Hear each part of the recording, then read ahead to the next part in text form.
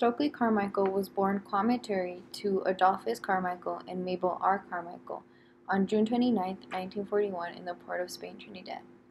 He and his family immigrated to New York City when he was 13 after being naturalized, and in 1956 he passed the admission test to get into Bronx High School of Science, and this is where he was introduced to the rich white liberal elite.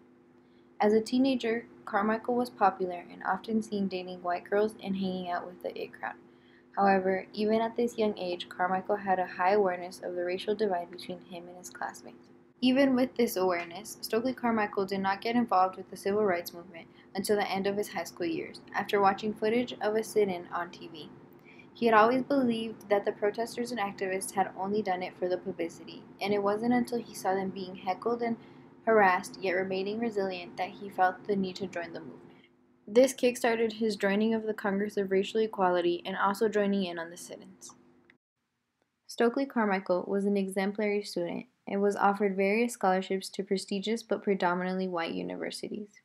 He, however, decided against going to any of these and instead attended Howard University in Washington, D.C., a historically black college.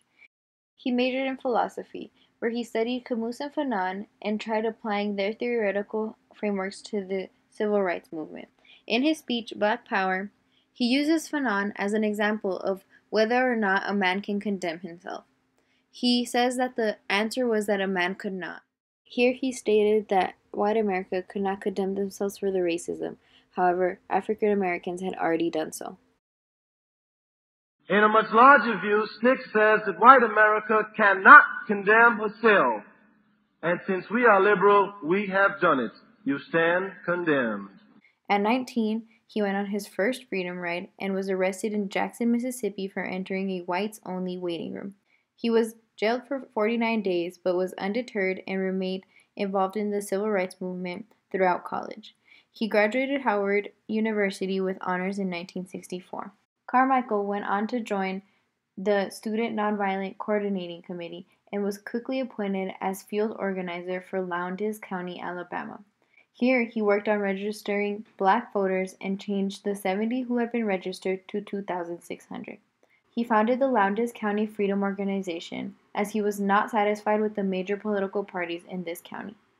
At this point in time, he still adhered to the nonviolence philosophy, but soon grew tired of the slow progression and having to endure acts of violence against him.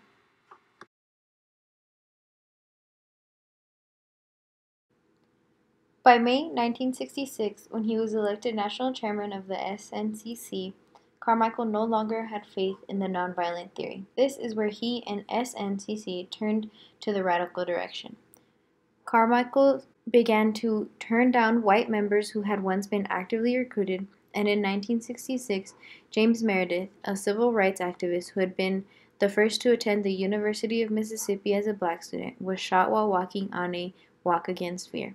Carmichael and the volunteers of the SNCC continued the march, and here is where he gave his infamous speech, Black Power.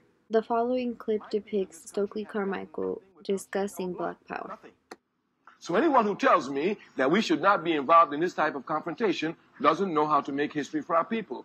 To sit in a filthy 5 and 10 cent store, my people must shed their blood.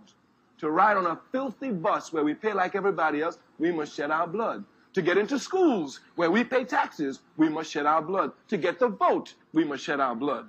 So if you come to tell me now about property damage when you talk about the shedding of the blood of my people to advance history and to advance my people's cause, you must understand how I become lost. He urged the questioning of society's values and stated that African Americans are the best to do so, as they had been excluded from that exact society.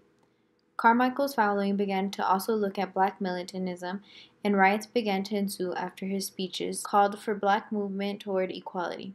His call for Black Power began to be seen as a stance for violence. In 1967, he told his colleagues that his one-year term as chairman would also be his last. On May that year, after his departure, he traveled to Cuba and met Fidel Castro. Here he claimed to be preparing groups of urban guerrillas in the United States.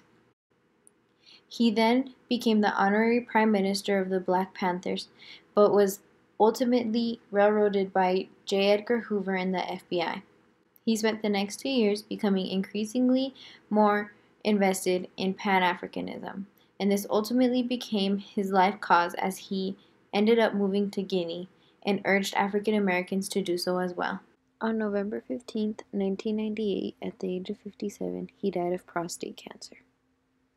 Stokely Carmichael pushed the term Black Power as a method of unification for African Americans. He wanted to get African Americans to be able to enjoy simple life pleasures without the need to sacrifice anything.